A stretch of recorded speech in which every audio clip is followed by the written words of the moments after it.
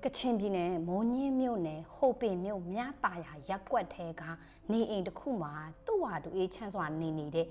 အဖေရဲ့အမေရဲ့သားသမီး3ယောက်ရဲ့အိမ်အကူအမျိုးသမီးရဲ့စုစုပေါင်း6လောင်းလုံးကိုညတကောင်17နာရီကျော်အချိန်မှာလူမသိသူမသိတိတ်တိတ်ဆိတ်ဆိတ်တက်သွားတဲ့ကိစ္စဒီကိစ္စကအခု March လ4 ရက်နေ့2026မှာလောလောလတ်လတ်ဖြစ်ပျက်ခဲ့တာပါမြန်မာနိုင်ငံရဲ့အိမ်တွင်းအသက်ခံရမှုတမိုင်းမှာဆိုရင်ဒါတစ်နှစ်တာလုံးမှာတောက်ဆရာအကောင်းဆုံးနဲ့အများဆုံးလူတက်မှုတစ်ခုဖြစ်ခဲ့တဲ့မှုခေဖြစ်တယ်ဒီအမှုတစ်ခုလုံးကိုကက်တလီနာတို့အစားနဲ့အဆုံးထိအသေးစိတ်ဝင်ပြီးတော့မှလေ့လာကြည့်ကြရအောင်ပထမဦးဆုံး March လ9 ရက်နေ့မှာဒီအိမ်ကိုအမြဲတမ်းရေလာပို့တဲ့ကောင်လေးတယောက်ရှိတယ်ဒီကောင်လေးကရေပို့ဖို့အတွက်အပြင်ကနေတကားကိုခောက်ပြီးခေါ်တဲ့အချိန်မှာ9နာရီကျော်နေပြီဘယ်သူမှအကြောင်းမပြန်ဘူးပုံမှန်တိုင်းကဒီအိမ်ကအမြဲတမ်းအလုံးရှုံနေတဲ့အိမ်တစ်ခုအိမ်ပိုင်ရှင်ဦးလေးနဲ့အိမ်ပိုင်ရှင်အမျိုးသမီးကသားသမီး3ယောက်နဲ့အိမ်အကူနဲ့ပြီးတော့ဦးလေးကကားမောင်းတဲ့လူအန်တီကတစ်တီပွဲရုံလှုပ်တဲ့လူပုံမှန်တိုင်းအလုံးရှုံနေတဲ့ဒီအိမ်ကဒီနေ့မှာတော့ဘာလို့တယောက်မှအကြောင်းမပြန်လာတာလဲဆိုပြီးသူကဒီတကားပေါက်ကနေအသွေးထဲကိုချောင်းကြည့်လိုက်တဲ့အချိန်မှာဦးလေးကြီးတယောက်အဲ့ဒီဦးလေးကြီးရဲ့နာမည်ကကျော်မြတ်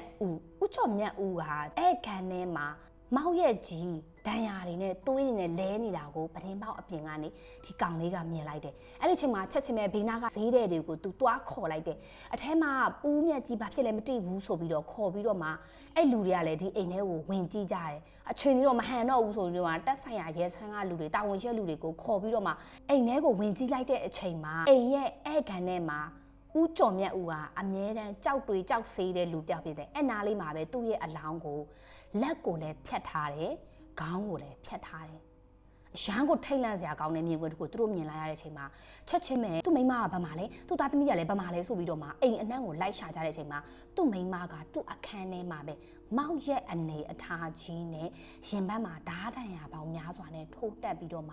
ခံထားရပြီးတင်နေပြီသူတို့မိသားစုမှာသားလေး2ယောက်ရှိတယ်တယောက်က17နှစ်မကြသေးခင်ကမှရှင်ပြုတ်ထားတာ9နှစ်အရွယ်သားလေးလည်းရှိတယ်ဒီကလေးလေး2ယောက်ကမိဖို့ကြောင့်ထဲမှာတက်ခံထားရတယ်အဲ့ဒီချိန်မှာကလေးမလေးအငယ်လေးတယောက်ပါရှိနေသေးတယ်ကလေးမလေးအငယ်လေးကတစ်နှစ်ကြော်လေးပဲရှိနေတယ်အိမ်အကူအမျိုးသမီးရဲ့အခန်းထဲမှာအိမ်အကူအမျိုးသမီးဒေါ်မီမီနဲ့အတူတူတည်နေတာကိုတွေ့ရတယ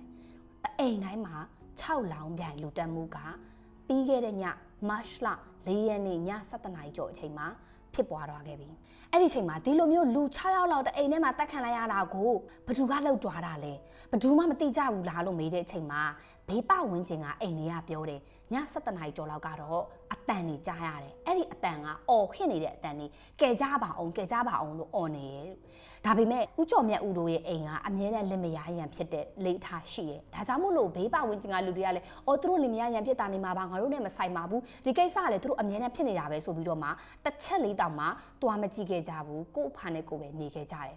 ဒါကြောင့်မို့လို့မနေ့အချိန်မှာသူတို့မြင်ကြရတာအသက်ခံလာရတဲ့လင်မယား2ယောက်ကယောက်ျားကဦးကျော်မြတ်ဦးဖြစ်ပြီးတော့မှအမျိုးသမီးကမန်အိဖြူသူတို့လင်မယား2ယောက်ကသူတို့လက်ထပ်ပြီးတဲ့အချိန်မှာဆိုင်ကယ်စုပ်လေးတစ်ခုရဲ့အိမ်လေးငားပြီးတော့ဘဝတစ်ခုကိုတိဆောက်ခဲ့ကြတာလို့ပြောတယ်အဲ့ဒီနောက်မှာသူ့ရဲ့ယောက်ျားကကားမောင်းတယ်ဖားကန်ကိုမောင်းတယ်ဆယ်စင်းကိုမောင်းတယ်သူ့ရဲ့အမျိုးသမီးကတစ်တီးတွေရောင်းတယ်အဲ့လိုနဲ့သူတို့ဒီစီးပွားရေးကိုတိဆောက်ခဲ့ကြတယ်ခုချိန်မှာသူတို့တွေကဒီအလုပ်ပဲလားဆိုရင်တော့မဟုတ်ပါဘူးသူတို့ကအရန်ကိုအန်ဒီရများနဲ့ငွေတိုးချီးစားတဲ့အလုပ်ကိုလည်းလုပ်ပါသေးတယ်ဒါအပြင်ကမှလောင်ကစားကိစ္စတွေလောင်ကစားတိုင်တွေပါလုပ်တယ်လို့လည်းလူတွေကပြောကြတယ်သူများတွေကိုငွေတိုးချီးစားရတဲ့အလုပ်ဖြစ်တဲ့အတွက်လူမုံတော့နည်းနည်းများမှာပေါ့ဒါကြောင့်မို့လို့လေသူတို့ကိုမုံနေတဲ့လူတွေတဲကတယောက်ကလက်စားရှိပြီးတော့မှများအခုလိုရဲရဲဆက်ဆက်တက်သွားတာလားဆိုပြီးတော့မှပဝင်းကျင်ကလူတွေကထင်ကြီးပေးနေကြတယ်ပြီးတော့ဘာလို့ကလေးပေါက်စလေး3ယောက်ကိုပါတတ်သွားရတာလဲမိဘတွေကိုမကျေနပ်လို့တတ်မယ်ပစ္စည်းတွေလူချင်းနေဆိုရင်လေကလေးတွေကိုဒီတိုင်းထားလိုက်ပါလားဘာလို့ကလေးတွေကိုတတ်သွားရတာလဲဆိုပြီးတော့မ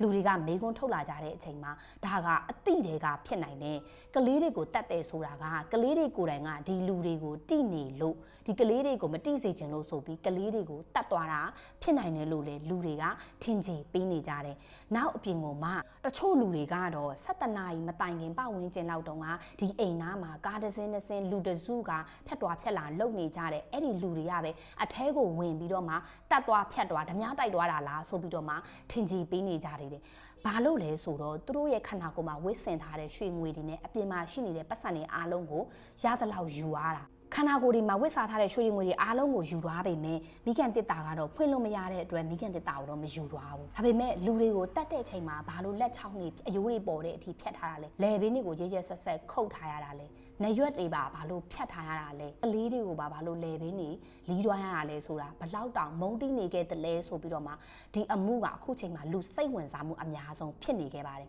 တင်ဆိုရင်တော့ဒီအမှုမှာဘယ်အရာတွေကတန်တရားဖြစ်စရာကောင်းနေတယ်လဲဆိုတာလေးတွေကို comment မှာတစ်ချက်လောက်ဆွေးနွေးတော့ပေးခဲ့ကြပါဦး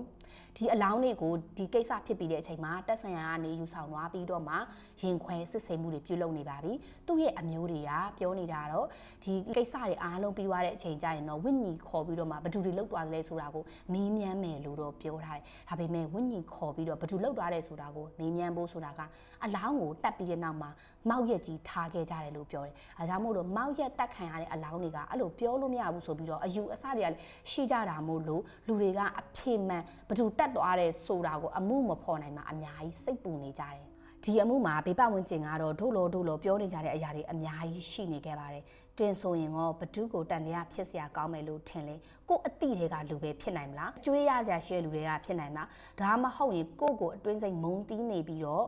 တခုခုလောက်ကြံကျင်နေတဲ့လူတွေကဖြစ်နိုင်မလားဆိုတာလေးတွေကိုတစ်ချက်ဝင်ပြီးတော့မှဆွေးနွေးပေးခဲ့ကြပါအောင်လို့တောင်းဆိုချင်ပါတယ်ကက်သလီနာဖြစ်ပါရဲ့ရှင်အခုလိုမျိုးစိတ်ဝင်စားဖွယ်ရာဖြစ်ရမှန်မှုကိတဲ့တင်လေးတွေကိုနားထောင်ရတာကြိုက်နေတတ်တယ်ဆိုရင်တော့ကက်သလီနာရဲ့ YouTube channel လေးကို TikTok channel လေးကို Facebook channel လေးကို follow လုပ်ပြီးတော့မှအားပေးကြပါအောင်လို့တောင်းဆိုချင်ပါတယ် comment လေးတွေမှန်ပြီးတော့ sharing like လေးတွေလုပ်ပြီးတော့မှလည်း supporting ပေးကြဖို့အတွက်တောင်းဆိုချင်ပါတယ်ရှင်အားလုံးပဲနောက်ထပ် video တစ်ပုဒ်မှာပြန်တွေ့ကြမယ်နော် bye bye Catalina be my friend